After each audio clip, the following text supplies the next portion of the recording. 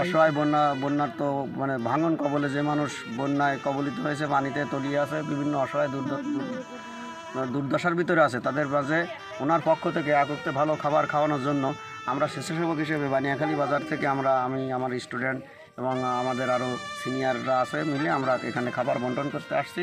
ওনাদের দুঃখ দুর্দশা যদি একটু হয়, একটু হলেও যাতে আমরা দূর করতে পারি। মানুষ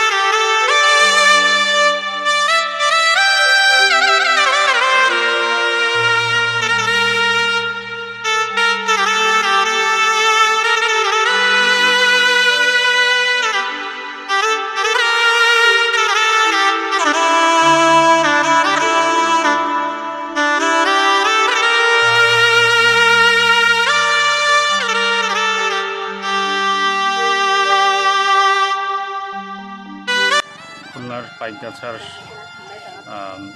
যে বেড়িবাঁধ ভেঙে যাওয়ার যে জায়গায়, সেই জায়গায় আমরা এসেছি। এর আগে নোয়াখালীতে গিয়েছিলাম, নোয়াখালী ফেনীর কয়েকটা জায়গায়। সো এখানের সাথে ওখানের যে ডিফারেন্সটা দেখলাম, ওখানে অনেক বেশি পানি ছিল, বন্যার পানি, বৃষ্টির পানি একসাথে। এখানে যে ডিফারেন্সটা দেখলাম যে যেহেতু প্রায় 10-12 দিন পার হয়েছে, এখানের পানি নামতে শুরু করেছে।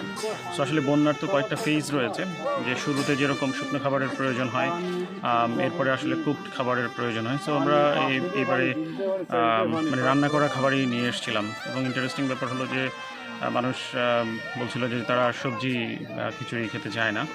সো আমরা এই জন্য চিকেন বিরিয়ানি নিয়ে আসার চেষ্টা করেছি এবার।